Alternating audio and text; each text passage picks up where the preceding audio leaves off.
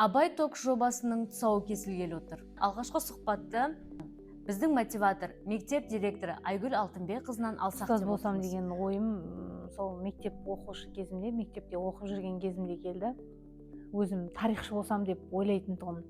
Жалпы ұлағатты ұстаз деген қандай болу керек? Баланы жақсы көрмесе, адамды жақсы көрмесе, ол мамандықты игере алмайды. Мәртебең бір асып кеткендей, төбең көкке екі ел жетпей қалғандай болады. Менің де үлесім тиді-ау деп өзіңді бір мақтаныш сезімі кермек. Сәттілік тілеймін. Рахмет.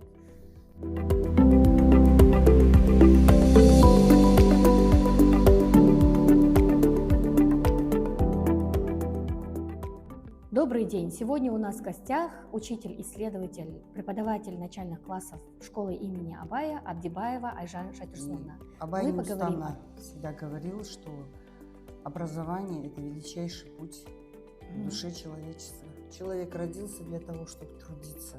И именно учитель учит ребенка отличать хорошее от плохого.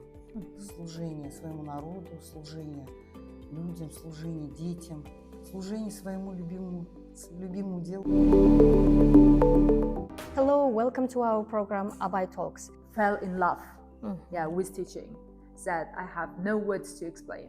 Now, listen again, listen over, repeat, imitate, shadow the listening, what you hear. Copy the language, what you are hearing, as if you are the one who is speaking, in the recording.